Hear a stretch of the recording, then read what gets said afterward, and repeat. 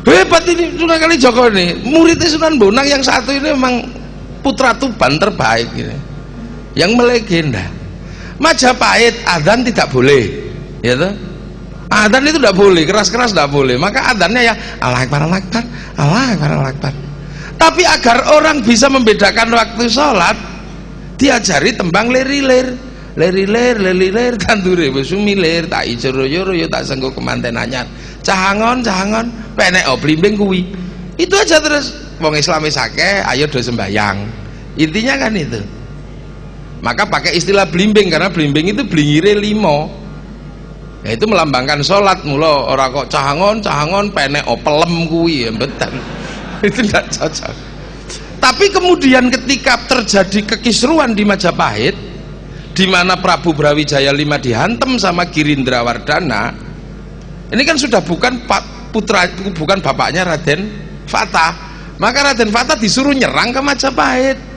Sebelum nyerang ke Majapahit, Raden Husein masuk ke Majapahit, tugasnya jaga pintu gerbang untuk membedakan orang Islam dan bukan Islam. Orang datang ditanya, sampean mlebu rene ngopo? Arep ngawula ndara. Nah kok ngawula? Tandurmu sing mbok tinggal piye? Tandur kula pun ijo royo-royo. Oh Islam gele benteng tengen. Teko, piye? Tandurmu mbok tinggal piye kok mrene? Tandur kula telas badhok tikus. Oh iki ora Islam, iki gele benteng tengen. Enggak apa blimbing, betul. Tapi meneke lunyu teng mriko Islam. Nah siji, enggak blimbing, mboten telas di badhok codot. Oh iki bukan Islam. Kemudian setelah jelas benteng kiri kanan, kirim pasukan dari Gelagahwangi dipimpin Mbak Abdurrahman Sunan Ngudung, serang ke Mojopahit. Ternyata Mojopahit masih kuat, mati semua. Dimakamkan di Troloyo Trowulan yang dikenal dengan kuburan Srengenge di daerah Mojokerto. Mentil itu FPI pertama itu. Wong nekat-nekat pertama ya di situ ning mati kabeh. Maka jangan tiru lagi, udah ndak usum. Nah, setelah wayang jadi itu enak sekali jaga. Yang petani biar ngerti Islam disangoni pacul. Pacul iki gawa Bali. Apa ini jeung Sunan pacul? Maknane kudu ngipatke barang kang muncul. Hidup harus berjuang menyingkirkan onak dan duri. Mula pacul kolongane wesi iki tak jenengi bawa. Dadi kowe nek arep ngipatke barang kang muncul aja lali obahe awak. Nah nek kowe wis ana obahe awak, kayu sing ngadeg iki tak jenengke doran, aja lali ndonga ning pangeran. Ini sangu. Laki-laki dan perempuan suka ribut, perebutan cinta kalau pernikahan. Maka kalau ada pernikahan datang, manten lanang datang, depan rumah suruh ngenai wit gedang karo tebu. Maknane mantuku wis tak geget-geget, tak gadang-gadang, aku wis mantep gek nang mlebu.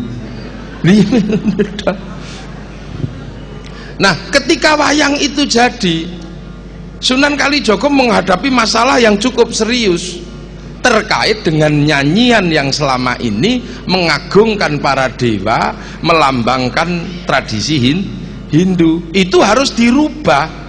Maka Sunan Bonang datang ke tempatnya Sunan Derajat, berdiskusi berdua, merubah nyanyian Hindu wayang yang tadinya gitu, dirubah bagaimana sesuai dengan Islam. Maka kemudian Sunan Kalijaga menyatakan, wayangku iki wayang inna lillahi wa inna ilaihi rajiun. Seko Gusti Allah harus dihantarkan manusia kembali kepada Allah dengan selamat. Jare Sunan Derajat, iki nek Jawa ora iso, kudu dijawake. Mula inna lillahi wa inna ilaihi rajiun tak jawake dadi aja lali sangkan paraning dumadi. Supaya menungso ora lali sangkan paraning dumadi, Dimas Kalijaga tembange iki ayo digekke tembang tak jenengke Macapat. Macapat iku apa? Macapat iku ben wong slamet kudu iso maca barang papat. Barang papat iku apa? Kancane nyawa sing medhun ning donya manggon ning raga. Nyawa iki medhun ana kancane papat, sebelah kiwa iblis loro jenenge jin korin, sebelah tengen malaikat loro jenenge malaikat hafadha. Lah iki nek wong Jawa ora dong ngene iki, mula tak jenengke dulur papat lima pancer. Nah hati-hati menungso nek ra kenal dulur papat lima pancere itu bisa menjadi masalah. Kenapa? Karena pancer ini kalau butuh sesuatu pakai yang kanan bisa, pakai yang kiri bisa. Pancer kalau pakai yang kanan, laki-laki mencintai perempuan menggunakan kekuatan kanan bisa. Iso poso 3 dina maca ya Rahmanu ya Rahim, engko sing wedok ya I love you. Tapi nek pancer menggunakan kekuatan kiri ya iso untuk mencintai perempuan puasa ngebleng 3 hari 3 malam sing diwaca sun amat kaji ajiku jaran goyang tak goyang-goyang yo hasil sama-sama hasil kiri dan kanan. Pengen kaya pakai jalur kanan ya bisa, pakai jalur kiri bisa. Kalau pakai jalur kanan berarti menggunakan masjid untuk sholat duha, baca ya Fatahu ya Razak Waqiah Ar-Rahman kaya. Tapi kalau pakai jalan kiri lebih mudah, golek wedhus kendit munggah ning beti ya sugih. Ya sama kayak gitu, ini semuanya bisa dipakai. Mula wong ora entuk lali dulur papat 5 pancer, sebab nek lali kiai nek tirakate kuat ya padang, dukun ra tau adus nek tirakate kuat ya padang. Sama-sama hebat, sama-sama sekti. Goleki pitik ilang takok kiai ya ketemu pitike, takok dukun sing ra tau adus ya pitike ya ketemu.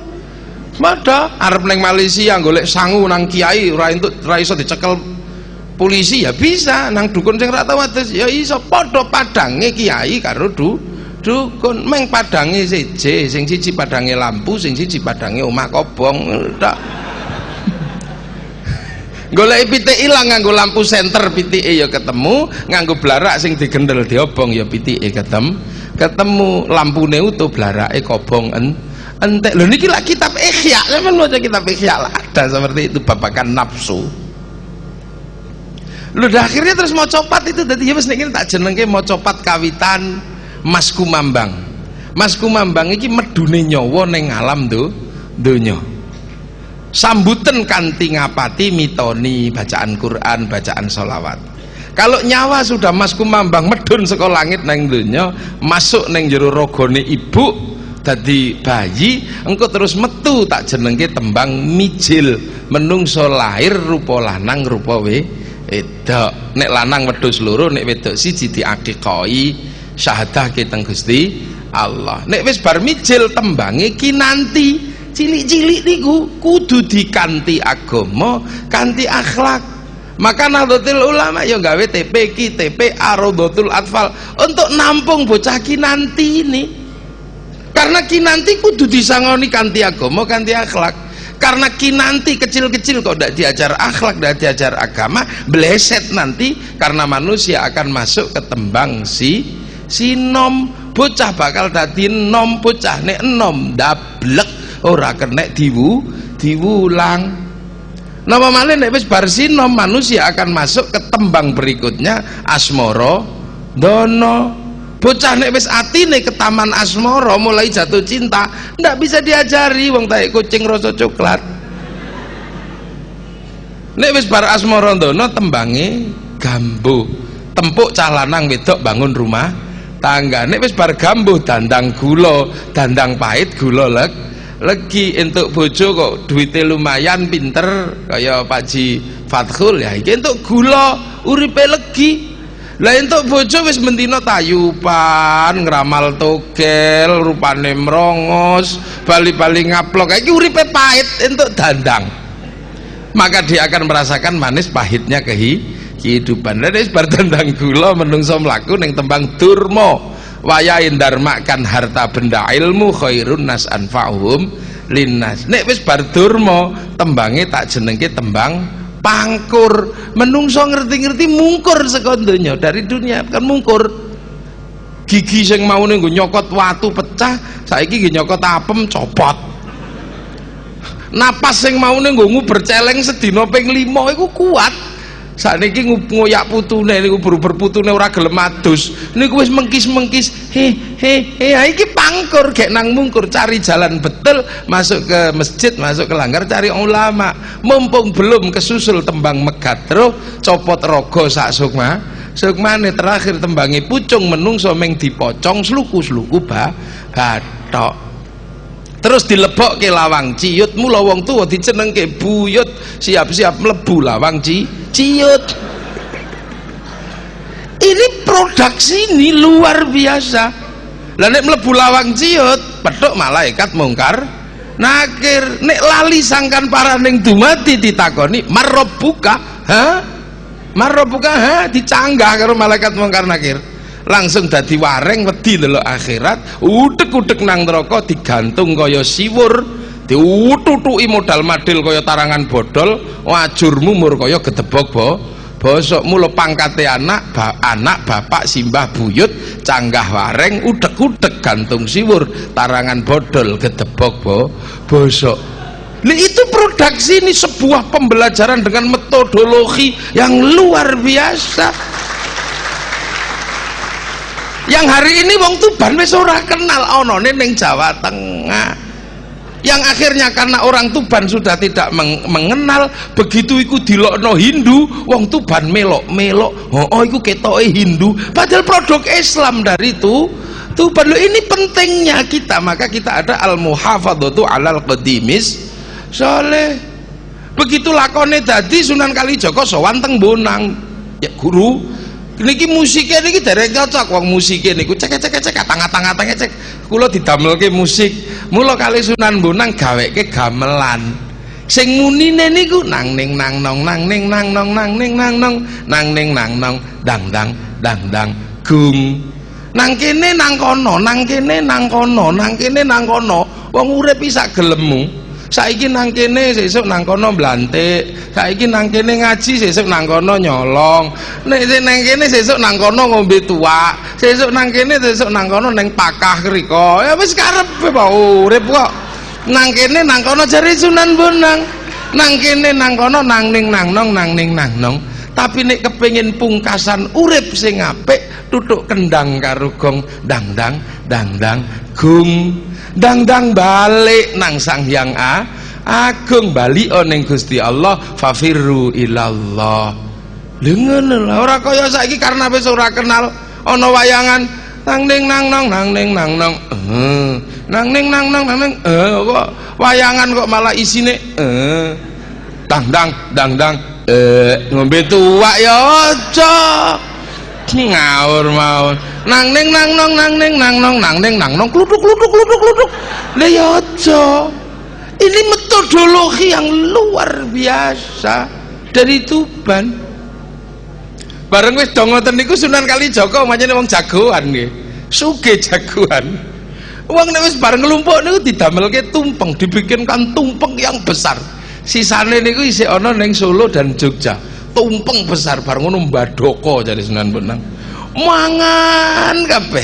Setelah makan semua, kan cempret kabeh niki tangane. Sama Sunan Kalijaga dikei wijian 3. Siji isine kembang mawar, kedua isine kembang kenongo, telu isine kembang kantil. Kan wijik ning kono, mawar kenongo kan kantil. Uripmu mawarna-warna le, kenongono kena ngene, ning atimu kudu kantil nang Gusti Allah. Ini pelajaran saiki iso ora sampean gawe? Ora iso, sampean saiki isone mengalok-alok tok. Ini metodologi Islam yang luar biasa, produk Tuban. Dadi nek ana wong Jawa Tengah ngono iku kok Tuban digawa ning Demak, saka Demak digawa ning Pajang, saka Pajang digawa ke Mataram. Dari Raden Fatah ganti Pati Yunus, ganti Sabranglor, ganti Trenggono. Trenggono kerajaan Demak dipecah jadi 2, yang ke utara namanya Jipang dipimpin Haryo Penangsang, ke selatan namanya Pajang dipimpin Joko Tingkir. Dari Joko Tingkir dipindah ke Mataram oleh Danang Sutawijaya, yang akhirnya kemudian sama Belanda dipecah jadi 2, Jogja sama Solo. Jogja jadi Hamengkubuanan Pakualaman, Solo Mangkunegaran Kasunanan. Ini sistem pendidikan, tapi itu semua landasan dasarnya adalah yakhsyallah. Dididik dulu mentalnya, budi pekertinya, lagi dikasih ilmu. Nah saiki diwale ilmune wis kadung banter, yakhsyallah keri. Mula innama yakhsyallahu min ibadihil ulama, wis ora yakhsyallaha, Ora wedi ning Gusti Allah, ning yakhsyallahu sing wedi malah Gusti Allah. Cara terkib nahune. Ini pendidikan yang dari situ. Setelah ini jadi, masya Allah, Kalimantan mengirim umatnya ke sini untuk belajar, namanya Khatib Dayan yang menyebabkan Islam di Kalimantan. Dari Sulawesi belajar ke Sunan Kalijogo, namanya Datuk Ribandang, menyebarkan Islam sak Sulawesi dan sekitarnya. Yang langsung dari Palembang dikirim namanya Aryo Abdillah utawa Aryo Damar, adiknya Raden Fatah. Jadi ini Islam warisan Wali Songo yang akhirnya ketika Belanda datang bersatu melawan Belanda dalam jiwa dan panji-panji Islam, menjadi negara kesatuan Republik Indonesia. Maka tidak pernah Nahdlatul Ulama pewaris Wali Songo kok mengingkari Indonesia sampai titik darah penghabisan, karena Indonesia tinggalane Wali Songo, tinggali Islam, tinggali Indonesia. Lo perjuangan kayak gitu. Cuman dhisik ada Sultan Trenggono itu rodok kasar. Dakwah ngono iki kesuwen. Aku kan sultan. Cara saiki saya kan bupati gitu. Ngeyel-ngeyel tak keplakane, saya kan bisa menyuruh tentara ini. Sudah sana. Hajar saja yang kelambat-lambat itu. Jari Sunan Kalijogo, ojo. Islam biar saya yang ngurus, negara kau urus. Nek negara mbok urus, aku ngurus dakwah, engko lak ketemune apik. Sultan Trenggono iki sik ngeyel, sik rada kurang cepet. Maka Sunan Kalijaga ngirim utusan anak kecil-kecil niku diulangi nyanyi gundul-gundul pacul-cul gembelengan nyunggi-nyunggi wakul-kul gembelengan wakul glimpang sekane dadi salatar wakul glimpang sekane dadi sakratan. Gundul itu sirah, gundul itu pemimpin. Pemimpin itu sama Allah, gundul itu dikasih 4, meripat, irung, lambeku, kuping. Pemimpin gundul sirah itu kudu cekelan 4 niki. Meripat nggo delok rakyat, irung nggo ngambus rakyat, lambe nggo nuturi rakyat, kuping untuk mendengarkan rakyat. Lah gundul kepala sirah kok pacul, barang 4 iki kok ucul. Mripate ora weruh rakyat, irunge ora wis kapus ora kambus rakyat, lambene ora iso omong sing apik nang rakyat, kuping wis ora tau krungu penderitaan rakyat, barang 4 iki kok ucul pacul, gundule gembelengan ya kemlinting ngene wong pacul. Nggih to, nek barang 4 kok ucul gembelengan, nyunggi wakul, nyunggi amanah rakyat kok gembelengan, wakule glimpang, amanahe kocar kacir, keleleran neng dalan. Maka di Tuban kalau ada pemimpin yang pacul, ora usah di demo, undang mrene nyanyek ke gundul-gundul pacul, produk asli Tuban. Ini hebatnya luar biasa. Nah ini kita punya pemimpin dari Jamaiyah Nahdlatul Ulama, Pak Kiai Fatul. Ini luar biasa, tanggung jawabnya berat. Nah, kenapa kayak gini Nahdlatul Ulama selalu teguh dengan al-muhafadzatu alal qadimis sholih, cek ndak konslet gitulah. Orang ini kan mudah konslet kalau tidak tahu urutannya, nggak ngerti. Maka Nabi Muhammad pun diurutkan dengan pendahulu-pendahulunya Nabi Ibrahim. Bahkan Allah itu suka bikin monumen-monumen besar. Kisah cinta terhebat manusia di dunia, Siti Hawa nama Nabi Adam, pertemuan setelah 200 tahun dipisah, dibikinkan monumen sama Allah, namanya Jabal Rahmah.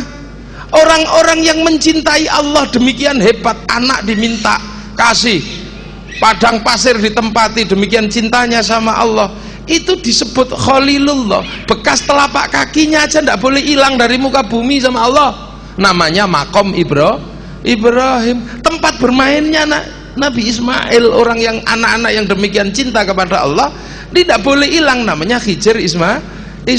Bekas perjuangan Siti Hajar mencari air, iku lho ra entuk ilang, jenengane Safa Marwah.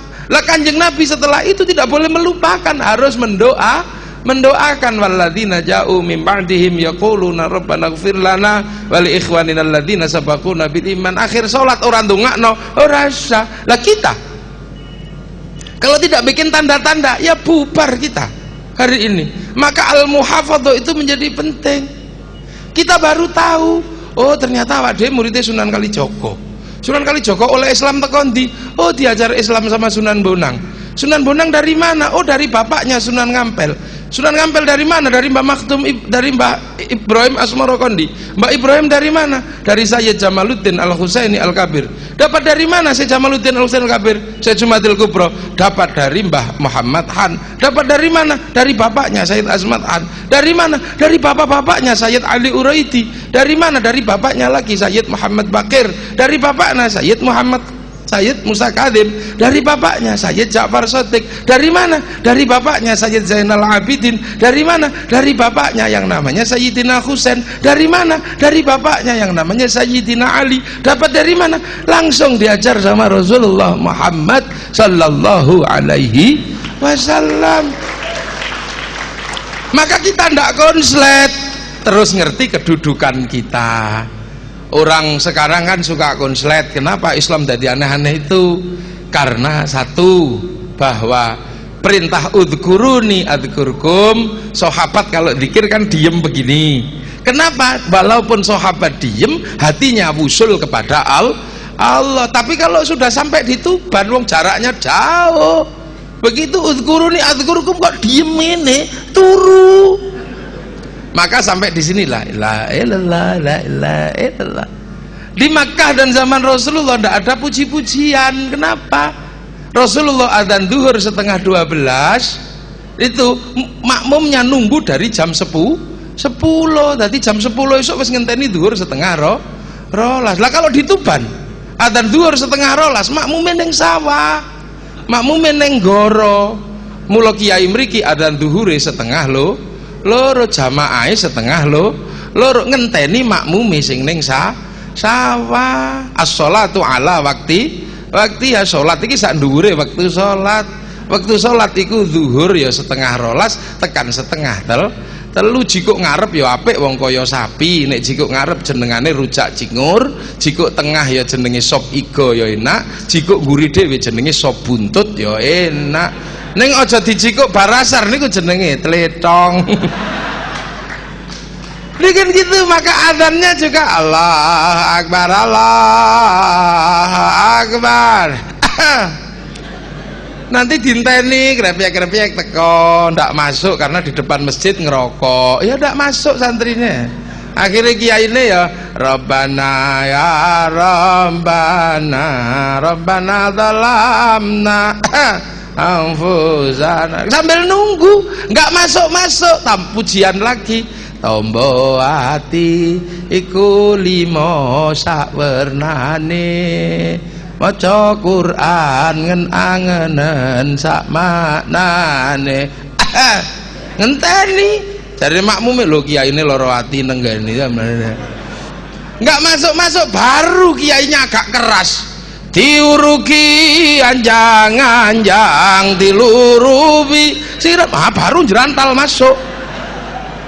Ini budaya yang kita tidak boleh lupakan loh. Ini loh Islam Indonesia. Kalau kita tidak keluar dari kerangka ini, insya Allah selamat minad dari dunia ila daril akhirah. Maka Nahdlatul Ulama sudah betul memegang prinsip al-muhafadzatu alal qadimis salih wal akhdhu bil jadidil aslah amma ba'du. Lho kula ge amma ba'du lho niki. Saya belum mulai orasi ilmiah, ini baru amma ba'du. Lu namanya juga orasi ilmiah, ini baru amma ba'du. Tapi kita ya amma ba'du ya wis suwe ya. Ya wis mukadimah aja dulu, nanti terusannya besok lagi. Loh ini penting, perlu saya sampaikan. Ini loh kenapa yang di Suriah ribut, yang di Afghanistan ribut, yang di ribut. Kenapa? Karena nggak punya monumen pribadi yang menghantarkan dia mengenal Allah lewat jalur Rasulullah. Apa meneh kok ilang bismillah nek ngaji Fatihah ya bubar. Fatihah kok langsung alhamdulillahirabbil alamin, ilang bismillah rusak. Kenapa? Bagaimana engkau akan memuji kalau engkau tidak mengenal namanya? Bismillah itu adalah memperkenalkan nama. Nabi Adam diturunkan ke dunia wa 'allama Adamal asma'a. Nabi Muhammad diturunkan ke dunia pertama diajari Iqra bismi rabbikal ladzi khalaq. Begitu bismillah, dadane bismillah hilang. Lah kalau nggak kenal namanya bagaimana engkau akan memuji? Alhamdulillah itu untuk memuji setelah kita mengenal Allah, zikir, nyebut-nyebut asma Allah. Lah kalau kita memuji setelah kita kenal, kita muji, baru kita meminta. Iya karena butuh iya. Karena ini metodologi dasar pendidikan Islam yang luar biasa. Begitu ilang awitane, bocah kawitan ora dilem ning dijenengi sik. Wayune ya ora jenengi sik. Soleh leh ayu muleh. Lho kan gitu. Pedok cewek neng dalan mosok langsung cantiknya dirimu ya disawat bakso. Maka siapa namanya Mbak? Ima. Oh iya Ima, cantiklah dirimu. Baru minta begitu, baru mengelem jaluk. Maukah kau jadi pacarku Ima? Udah kan gitu. Iya tuh. Enggak mau, ya sudah. Kalau enggak mau ya berarti termasuk walad dolin. Nek mau berarti an'am ta'ala alaihim. Lah inilah mudah-mudahan apa yang kita sampaikan ada manfaatnya.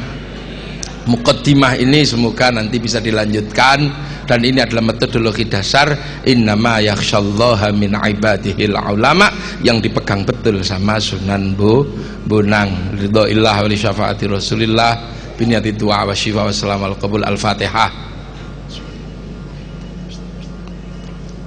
Ghairil maghdubi alaihim waladdallin. Amin. Ihdinas siratal mustaqim. Assalamualaikum warahmatullahi wabarakatuh. Assalamualaikum warahmatullahi wabarakatuh. Selamat datang di channel Santri 017. Di sini saya mengajak Anda semua untuk menyelami kembali pengajian Gus Muwafiq yang penuh makna.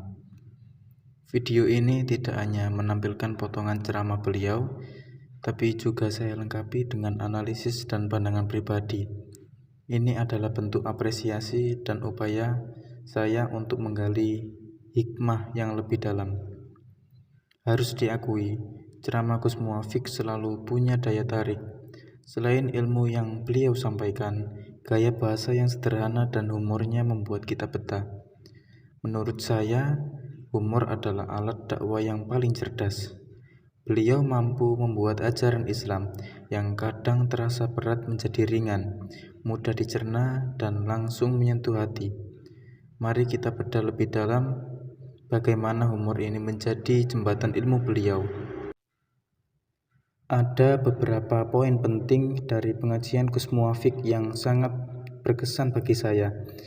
Pertama, saya kagum melihat bagaimana beliau menghubungkan ajaran agama dengan realitas hidup sehari-hari. Beliau tidak hanya sekadar untuk membahas dalil dari kitab, tetapi juga memberikan contoh nyata yang relevan dengan kehidupan kita, mulai dari urusan rezeki, hubungan bertetangga, hingga masalah rumah tangga.